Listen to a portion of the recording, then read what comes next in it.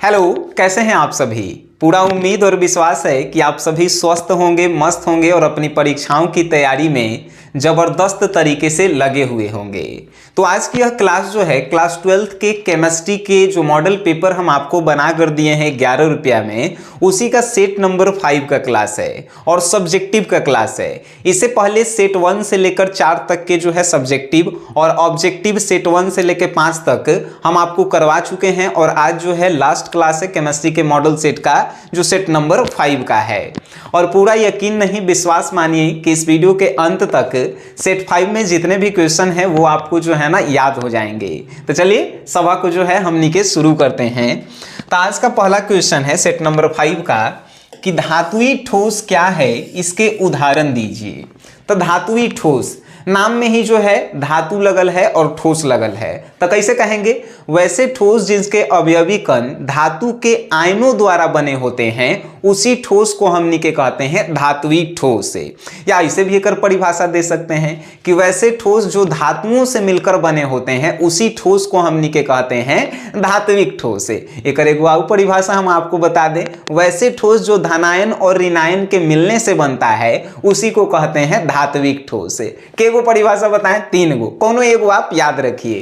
तो एगो जो है हम फिर से एक बार फाइनल बोल दे रहे हैं, वैसे ठोस जिनके अवयवी कण धनायन और ऋणायन आयनों के मिलने से बनते हैं उसी को जो है हमनी के कहते हैं धात्विक ठोस। धात्विक ठोस के उदाहरण जितना भी मिश्र धातु है वो सभी जो है धात्विक ठोस हैं। एक और उदाहरण NaCl लिख दीजिएगा, ये भी जो है एगो धात्विक ठोस है, काहे कि Na+ और Cl- होता है। तो 2 गो जो है धनायन और ऋणायन से मिलकर बना है, एगो धनायन और एगो ऋणायन, तो धात्विक ठोस ही हुआ क्योंकि इसमें आयन आ रहे हैं। चलिए वेरी गुड। त्रिज्य अनुपात किसे कहते हैं? तो त्रिज्य अनुपात एक उदाहरण हम आपको दे दिए ना, जितने भी मिश्र धातु हैं सब और NaCl, ठीक है। त्रिज्य अनुपात किसे कहते हैं? तो धनायन त्रिज्या और ऋणायन त्रिज्या के अनुपात को हमनी के कहते हैं त्रिज्य अनुपात, ठीक है। जैसे R बराबर R+ और R-, इसी को तो हमनी के क्या कहेंगे, त्रिज्य अनुपात कहेंगे। हो गया। नेक्स्ट क्वेश्चन है कि समप्रासरी घोल किसे कहते हैं, एगो उदाहरण देना है। तो समप्रासरी विलयन, वैसा विलयन घोल को जो है विलयन भी कहते हैं, जिसे इंग्लिश में सॉल्यूशन कहते हैं। तो वैसा घोल या विलयन जिसमें क्या होता है, तो सभी तापों एवं दाबों पर प्रासरण दाब जो है एक समान होता है, उसी को हमनी के कहते हैं समप्रासरी विलयन। नहीं समझे, फिर से हम आपको बताते हैं समप्रासरी विलयन क्या है या समप्रासरी घोल क्या है। तो वैसा घोल जो सभी तापों पर प्रासरणी दाब उसका एक समान होता है, उसी विलयन को या घोल को हमनी के कहते हैं समप्रासरी घोल। एक एगो जो है उदाहरण देवेला कहा है, तो उदाहरण आप दीजिएगा कि लाल रुधिर कणिकाएं जो है अगर नमक में जो है मिला हुआ है, लाल रुधिर कण का NaCl में जो है विलयन का कहलाता है, तो समप्रासरी विलयन कहलाता है या समप्रासरी घोल कहलाता है। आप याद रखिएगा समप्रासरी घोल को, बड़ी इंपॉर्टेंट है। नेक्स्ट है कि विलयन के अनुसंख्य गुणधर्म क्या है, उदाहरण दीजिए। तो विलयन के अनुसंख्य गुणधर्म, तो जब विलयन में विलेय के अणुओं की संख्या जितना भी होता है, जिसे मान के चलिए कि एगो विलयन है, ठीक है। तो इस विलयन के जो है तो जितना भी गुण होगा, जितना भी गुण वो विलेय और विलायक के कणों की संख्या पर निर्भर करेगा, उसे ही हमनी के कहेंगे का, तो विलयन के अनुसंख्य गुणधर्म।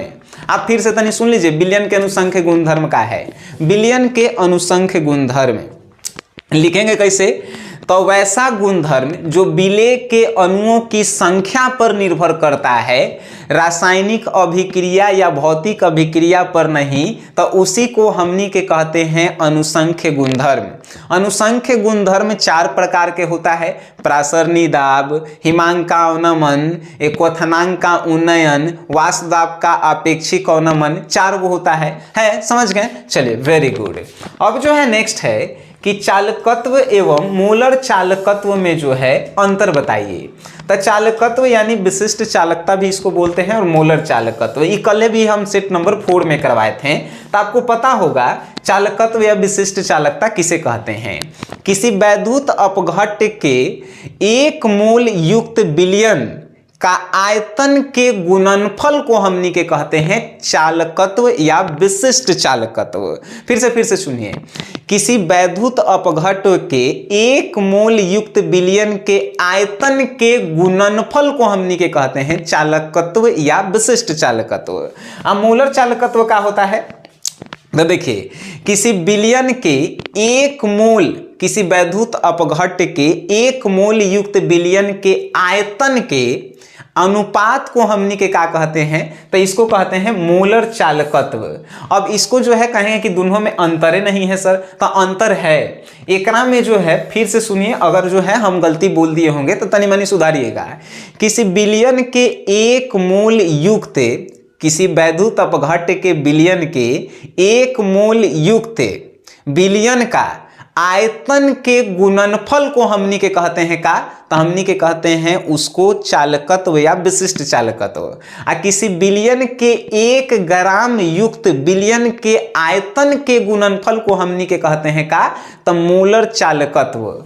चालकत्व में जो है 1 मोल होता है और मोलर चालकत्व में जो है 1 ग्राम होता है। बात समझ गए, परिभाषा सेम है लेकिन 1 ग्राम और 1 मोल के अंतर है। बात समझ गए, चलिए वेरी गुड। SN1 और SN2 अभिक्रिया में अंतर आपको बताना है। तो सुनिए, SN1 और SN2 अभिक्रिया में निम्नलिखित अंतर है। एक तरफ SN1 अभिक्रिया लिख दीजिए, एक तरफ SN2 अभिक्रिया लिख दीजिए। SN1 अभिक्रिया का है, तो वैसी अभिक्रिया जो 2 चरणों में संपन्न होती है उसे SN1 अभिक्रिया कहते हैं। वैसी अभिक्रिया जो 1 चरणों में संपन्न होती है उसे हमनी के SN2 अभिक्रिया कहते हैं।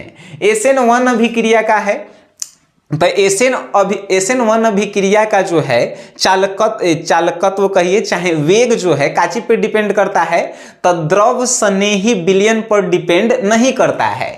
लेकिन SN2 अभिक्रिया का जो है वेग चाहे चालकत्व जो है द्रव स्नेही जो है विलयन पर डिपेंड करता है। बात समझ गए, ये दोनों के अंतर है। तो ये दोनों अंतर आप जो है लिख लीजिएगा।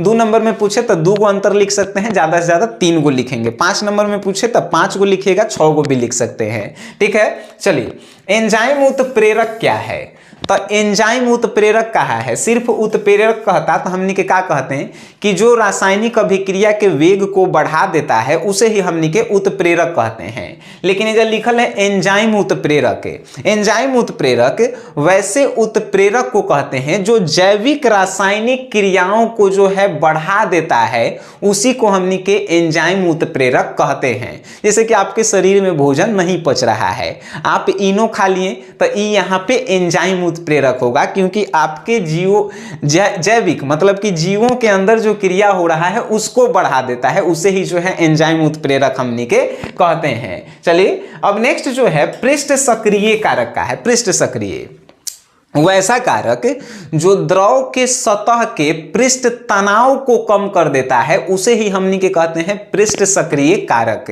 फिर से सुनिए, पृष्ठ सक्रिय कारक का है वैसा कारक जो द्रव के सतह के पृष्ठ तनाव को कम कर देता है, उसे ही हमनी के कहते हैं पृष्ठ सक्रिय कारक। ठीक है सर, जैसे कि पानी जो है बाल्टी में आप रखे हैं, आप बाल्टी में रखे हैं तो पानी जो है ज्यादा दूर तक नहीं फैल रहा है, लेकिन जैसे ही ओकरा में कुछ आप डाल देंगे तो पनिया जो है थोड़ा और ऊपर आ जाता है और फैल जाता है, तो वो जो है कहलाएगा पृष्ठ सक्रिय कारक। मतलब कि वैसा कारक जो द्रव के पृष्ठ तनाव को कम कर देता है उसे ही पृष्ठ सक्रिय कारक कहते हैं। नेक्स्ट आता है कि तांबा के 2 गो अयस्क के नाम बताइए। Copper glass, cuprite. आप बोल सकते हैं ना कॉपर ग्लास के सूत्र Cu2S होता है, क्यूप्राइट का सूत्र जो है आप हमें कमेंट बॉक्स में बता देंगे। ये सब बहुआ वाला चीजें हैं। खनिज और अयस्क में अंतर बता दीजिए। लिखेंगे खनिज और अयस्क में निम्नलिखित अंतर है, एक तरफ खनिज लिख देंगे, एक तरफ अयस्क लिख देंगे। खनिज में क्या लिखेंगे, तो खनिज जो है प्राकृतिक रूप में प्राकृतिक अवस्था में मुक्त अवस्था में पावल जाता है। कहे का मतलब खनिज जो है प्राकृतिक जो भी है प्राकृतिक अवस्था में उन्मुक्त अवस्था में पावल जात, मतलब कि एकरा पे कोनो रोक टोक नहीं है। लेकिन पर चाहे ये भी आप लिख सकते हैं कि खनिज जो है प्राकृतिक दृष्टि से जो है काची तब प्रचुर मात्रा में पावल जाता है, बहुत अधिक मात्रा में पावल जाता है। लेकिन अयस्क जो है प्राकृतिक रूप से प्रचुर मात्रा में नहीं पाया जाता है, बहुत कम पाया जाता है। एक बात याद रखिए, जितना भी खनिज है वो अयस्क नहीं है, काहे कि खनिज में से चुन चुन के हमनी के अयस्क निकाले हैं। तो जितना भी खनिज है वो अयस्क नहीं है, लेकिन जितना भी अयस्क है वो सब का है, खनिज है। ये भी एगो अंतर है, ठीक है। तो 2 गो 3 गो अंतर आपको लिखना ही होता है, आप बउआ के तरह लिख देंगे। अभी 10 क्वेश्चन में से कौनों में दिक्कत आपको, कौनों में नहीं, हमें पूरा विश्वास है सर। नेक्स्ट पे चलते हैं। नेक्स्ट है, कह रहा है क्वेश्चन कि क्लोरीन की इलेक्ट्रॉन बंधुता फ्लोरीन से कम काहे होता है, फ्लोरीन से अधिक काहे होता है। देखिए फ्लोरीन है और फिर जो है क्लोरीन है, तो सबसे विद्युत ऋणात्मक तो जो है फ्लोरीन है और उसके बाद जो है क्लोरीन है। लेकिन फिर भी एकर जो है का होता है, तो एकर कम होता है इलेक्ट्रॉन बंधुता, लेकिन एकर जो है अधिक होता है। काहे, रीजन बताइए। तो एकर अधिक होने के पीछे रीजन है कि इसका आकार जो है बड़ा होता है। कैसे लिखेंगे आंसर कि क्लोरीन की इलेक्ट्रॉन बंधुता फ्लोरीन से अधिक होता है, क्योंकि क्लोरीन की जो है आकार फ्लोरीन की अपेक्षा बहुत बड़ा है। बड़ा होने के कारण ये जो है नाभिकीय आवेश एकर अधिक होता है और किसी भी इलेक्ट्रॉन को अपनी ओर तेजी से जो है आकर्षित करता है। तेजी से आकर्षित करने के कारण जो है यह होता है कि क्लोरीन की इलेक्ट्रॉन बंधुता जो है फ्लोरीन से अधिक होती है। आप नहीं समझे सर, फिर से हम समझाते हैं। देखिए क्वेश्चन कहा है कि क्लोरीन की इलेक्ट्रॉन बंधुता अधिक है, मतलब क्लोरीन अपनी ओर इलेक्ट्रॉन को अधिक खींचता है, जबकि फ्लोरीन से अधिक है, मतलब फ्लोरीन के कम होगा, क्लोरीन के अधिक है। तो क्लोरीन का है, तो क्लोरीन के आकार जो है बड़ा होता है। बड़ा होने के कारण इसकी प्रभावी नाभिकीय आवेश जो है किसी भी इलेक्ट्रॉन को अपनी ओर जो है जल्दी आकर्षित करता है, तेजी से आकर्षित करता है। इसीलिए क्लोरीन की इलेक्ट्रॉन बंधुता जो है फ्लोरीन से अधिक होती है। बात समझ गए? चलिए, वेरी गुड। क्वेश्चन है, हाइड्रोजन तत्व प्रबल ऑक्सीकारक होते हैं, रीजन बताइए। भाई हाइड्रोजन तत्व के नाम सुने हैं, फालतू क्लास में बोरिंग आइडिया आता है, चाहे कि फिर फूल कली बाहर आई, फालतू क्लास में बोरिंग आइडिया आते हैं। ये सब तो हाइड्रोजन के तत्व हैं। तो क्वेश्चन पूछ रहा है कि हाइड्रोजन तत्व प्रबल ऑक्सीकारक काहे होते हैं। तो सिंपल सी बातें हैं, हाइड्रोजन के तत्व ये सब हैं, तो ये सब प्रबल ऑक्सीकारक किस लिए हैं, क्योंकि बहुत अधिक जो है ना विद्युत ऋणात्मक होते हैं। विद्युत ऋणात्मक होने के कारण ये किसी भी के साथे जो है जुड़े ला एकदम तैयार रहते हैं, इसी कारण जो है प्रबल ऑक्सीकारक होते हैं, है कि नहीं? Very good. नेक्स्ट है कि इंटर हाइड्रोजन से आप क्या समझते हैं, 2 गो उदाहरण बताइए। बहु वाला क्वेश्चन, इंटर हाइड्रोजन मतलब कि वैसा यौगिक जो 2 गो हाइड्रोजन से मिलके बनल होके, ओकरे तो हमनी के इंटर हाइड्रोजन कहते हैं। जैसे कि देखिए क्लोरोफ्लोरो CF2 हो गया, क्लोरोफ्लोरो ऐसे कह सकते हैं। चले ClF2, उसके बाद जो है आप कह दीजिए जेनॉन F, तो इहो में जो है जेनॉन, ई जो है ई हाइड्रोजन तत्व। हाइड्रोजन तत्व मतलब जानते हैं, मतलब कि 2 गो हाइड्रोजन, ये वाला हाइड्रोजन नहीं हुआ, हाइड्रोजन क्लोरोफ्लोरो एगो जो है FCl भी कह सकते हैं, है कि नहीं? तो ऐसन तत्व जेकरा में 2 गो खाली हाइड्रोजन वाला होके, मतलब कि इहे वाला जो है 2 गो होना चाहिए, कौनो 2 गो होके। जैसे कि मान के चलिए हम कह दिए FBr, ठीक है, तो ये भी जो है क्या हो गया, इंटर हाइड्रोजन। इंटर हाइड्रोजन कहने का मतलब हाइड्रोजन तत्व जो है 2 गो होना चाहिए, ठीक है। चलिए एक और उदाहरण देवेला कहा है, तो एक और उदाहरण जो है आप नहीं लिख सकते हैं, 2 गो जो है काची लिख देवेला है, तो 2 गो जो है आपको एग्जाम्पल लिख देवेला है। तो एगो एग्जाम्पल हम जो है आपको लिख भी दिए हैं, क्या लिखें ClF2, एगो जो है आप लिख दीजिए, बहुआ वाला चीजें हैं। चलिए नेक्स्ट क्वेश्चन पे बात कर लेते हैं कि XeF2 की संरचना बताइए। भाई XeF2 की संरचना जो है कैसन होती है, तो रैखिक होती है। आप देखें हैं XE एने जो है एगो F, एने एगो F जुटल है, एने से एगो F जुटल है, तो ये कैसन है, रैखिक है। बाकी जो है एकरा पे लोन पेयर ये सब होता है, मालूम है आपको लोन पेयर, तो ये सब जो है ये रैखिक, इसकी जो है संरचना कैसी है, तो रैखिक संरचना है। आपको मालूम होना चाहिए HCF2 की संरचना का है, तो रैखिक संरचना है। ठीक है सर। चलिए, अमोनिया लुईस क्षारक की तरह व्यवहार क्यों करती है? भाई अमोनिया लुईस क्षारक की तरह व्यवहार इसलिए करती है क्योंकि अमोनिया में जो N होता है एकरा पे जो है 2 गो लोन पेयर होता है। लोन पेयर होने के कारण जो है ये किसी से भी जो है जुड़ने के लिए तैयार रहता है अपन इलेक्ट्रॉन त्याग करके। इसी के कारण जो है ये अमोनिया लुईस क्षारक की तरह जो है व्यवहार करती है। मालूम चल गया आपको? चलिए, वेरी गुड। तो आप लिखेंगे कैसे? तो अमोनिया लुईस क्षारक की तरह व्यवहार इसलिए करती है क्योंकि अमोनिया यानी NH3 में जो नाइट्रोजन होता है उस पे लोन पेयर अयुग्मित इलेक्ट्रॉन होते हैं जो त्याग करके जो है किसी से भी जुड़ने के लिए जो है एकदम तत्पर हैं, इसीलिए जो है ये लुईस क्षारक की तरह व्यवहार करते हैं। नेक्स्ट पूछा है कि Cu1 और प्रतिचुंबकीय है, मतलब कि चुंबक वाला गुण नहीं है, जबकि Cu2 अनुचुंबकीय है। भाई व्याख्या करके आप बताइए। तो Cu1 अगर आप कॉपर के जो है इलेक्ट्रॉनिक विन्यास आप लिखेंगे तो आपको मालूम है कैसे हमने के लिखेंगे। चलिए, वेरी गुड। कॉपर पे तनी बात कर लेते हैं। 1s2 2s2 2p6 3s2 3p6 4s2 3d जो है क्या लिखते हैं, 3d9 लिखते हैं। तो कौन कह रहा है कि जो है सही है? भाई ये गलत है, कॉपर अपवाद में है। यहाँ पे 1 होता है और यहाँ पे 9 की जगह जो है 10 होता है। ठीक है। अब बताइए कॉपर में जो है का दिले है, तो कॉपर ऐसे लिख ले है कि कॉपर 1 जो है प्रतिचुंबकीय है। का है 1 कहने का मतलब कि ये अपन एगो इलेक्ट्रॉन जो है त्याग दिया है। तो ही देखिए, तब मान के चलिए एजा एगो है, एजा एगो जो है आउ त्याग दिया। ठीक है। अब जो है अरे एगो है एगो जो है ई और त्याग दिया, तब एजा का बचा? एस में जो है का बचा? 0 बचेगा। तो एस में जो है 0 बचा। डी में पूरा 10 के 10 जो है भरल है। आप जानते हैं कि या तो खाली रहे या तो जो है पूरा भरल रहे। ये का होगा? पूरा ये जो है भरल है, आपको मालूम है। चलिए, वेरी गुड।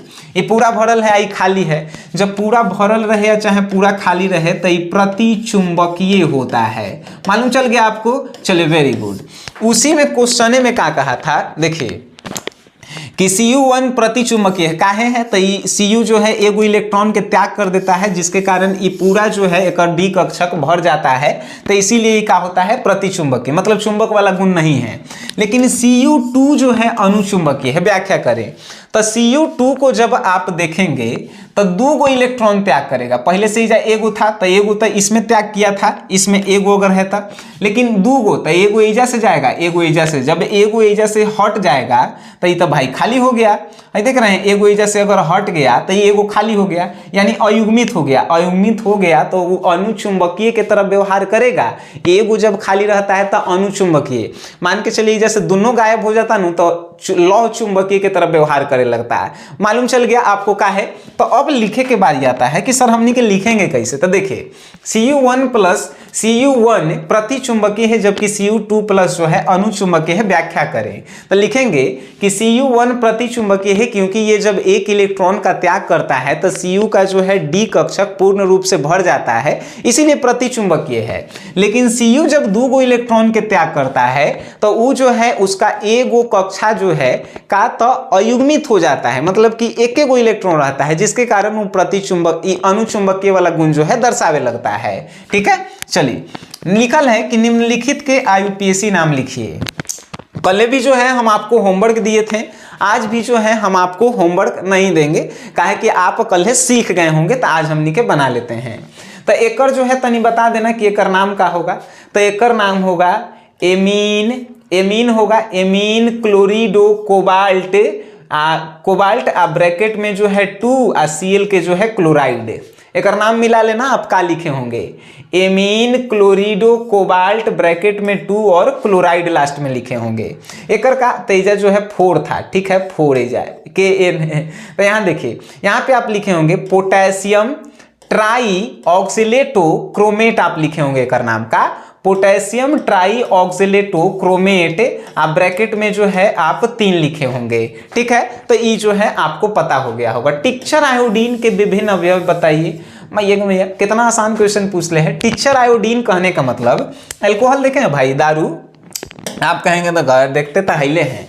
तो एल्कोहल में अगर 2 से 3% आयोडीन की मात्रा अगर पाई जाती है तो आप कहते हैं कि यह आयोडीन जो है का है, टिंचर आयोडीन है।